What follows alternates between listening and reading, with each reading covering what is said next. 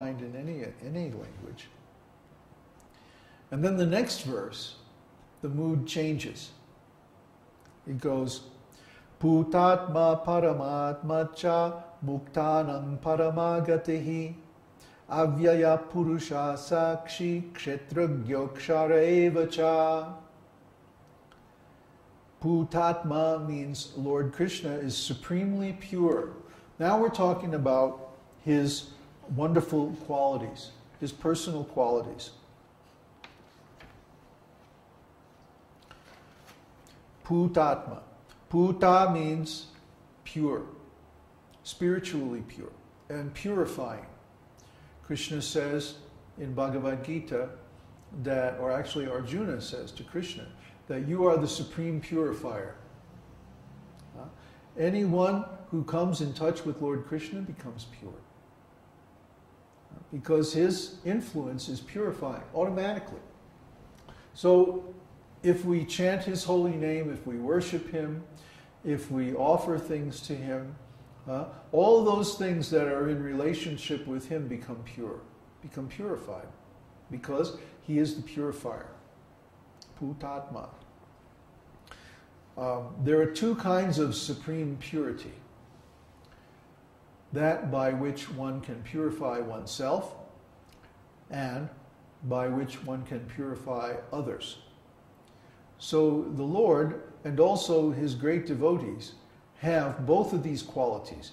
They are not only supremely pure, but simply by their association, others become purified. And the next name is Paramatma. Paramatma means the greatest soul. He is the soul of the soul, the origin of all other souls. Not the material creator now, but the spiritual creator.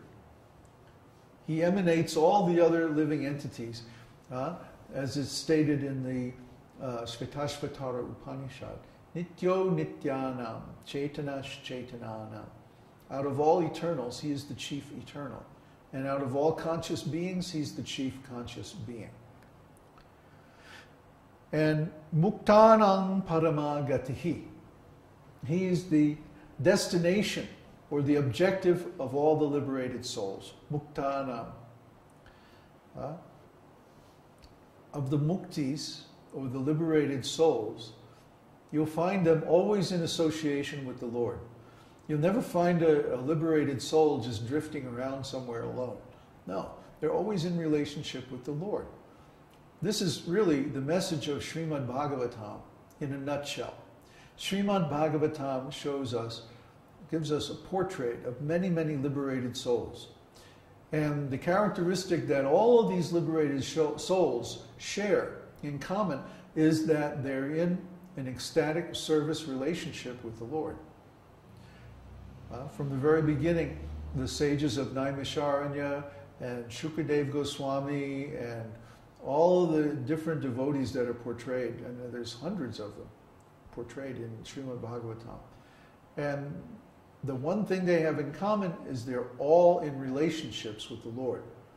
And then the different kinds of relationships are the details. But the main message of Srimad Bhagavatam is you want to be a liberated soul, then you have to cultivate your relationship with the Lord. And Lord Krishna is the Supreme Personality. You can reach any of the other personalities or realize any of the other personalities of Godhead through him. That's why we chant Krishna's name. It's not that our conception of liberation or self-realization is limited to having a relationship with Krishna. One can have a relationship with any of his transcendental forms, but we can realize this spiritual position more easily by worshiping Krishna, because Krishna is the source of all those forms. All of the incarnations and forms of Godhead emanate from Krishna. So by worshiping Krishna, we worship all of them. And by realizing Krishna, we can cultivate or realize our relationship with any of his expansions. Avyaya means that he's eternal. Vyaya means to dissipate, or actually to fail, to fall down. Vyaya. So avyaya means he who never falls down. If we worship Krishna, he will never go away. He will never cheat us. He will never abandon us. He's completely infallible. Once we have a relationship with Krishna, that relationship is eternal. It's never disturbed. It can never be disturbed by anything. That's our eternal Lord. And because his worship is infallible, then the mukti, or the liberation we get from that relationship, is also infallible. Purusha means the supreme person. It also means the supreme controller. And Sakshi means the witness. So as the supreme controller, he's in control of everything. And because he is everywhere and within everything, he's also Sakshi, or the witness of everything. So that we can't hide from the Lord. Sometimes people, they want to present one side of their personality or one side of themselves when they're in the temple, or when they're worshiping in the Lord. And then they want to have this other side that they kind of keep private. You know? I've seen this many times. In the beginning of self-realization, we still have the urge to enjoy material sense gratification. So sometimes we'll be worshiping the Lord and we'll be on our best behavior, you know, we'll be really good. And then after that we will go out and we'll do some nonsense. Do we think that he doesn't see this? I mean, this is not realistic. He sees everything. He's in everything. He's in every atom. He's everywhere. So we might as well just be open and share every part of us with him. Because he has created us, each one of us, for a specific reason. There's a particular kind of service that he wants from each and one of us that only we can do. That's why everyone is unique. Everyone is unique because we are given specific qualities and talents by God to perform a particular service unto him. And only we can do that service. And he's relying on us. He's waiting for us to come and render that service to him. And if we keep it for ourselves and we don't offer it to him, then we're being misers. You know, a miser is a person who keeps money and doesn't enjoy it. So similarly, a person who doesn't offer all of the different parts of themselves to God is being a miser, because they're not offering the parts that are given to them by Krishna for his enjoyment. They're trying to keep it for their own enjoyment. But this enjoyment is leading them into temporary existence here in the material world. And there's so many sufferings associated with that. So it's really not enjoyment at all. It's really just being miserly. There's no reason for it. He's everywhere and he knows everything anyway. So we might as well offer everything to him.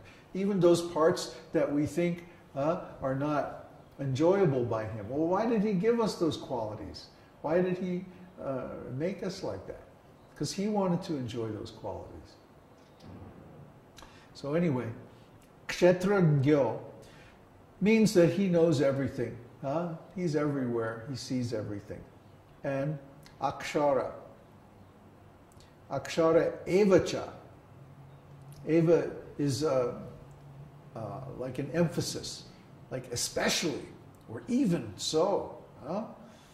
So he is infallible because he knows everything, he sees everything, and he loves us unconditionally. Try to understand.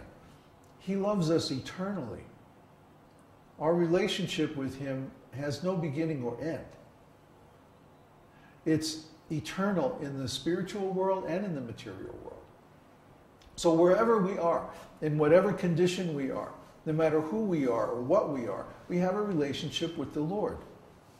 And that relationship is one of unconditional love. He loves us. He made us the way we are.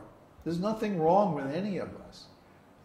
It's just that we have, in our ignorance, engaged our qualities in the service of this material world, the material body, the material mind, material relationships, material identity.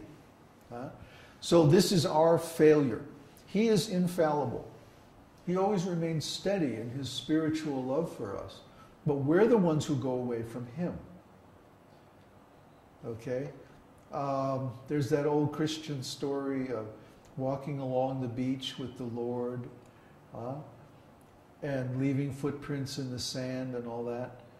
And then the person says to the Lord, well, you know, there were those times when you abandoned me and I was just all alone. See, look back there at those footprints. Sometimes there's 2 sets of footprints and sometimes there's only one.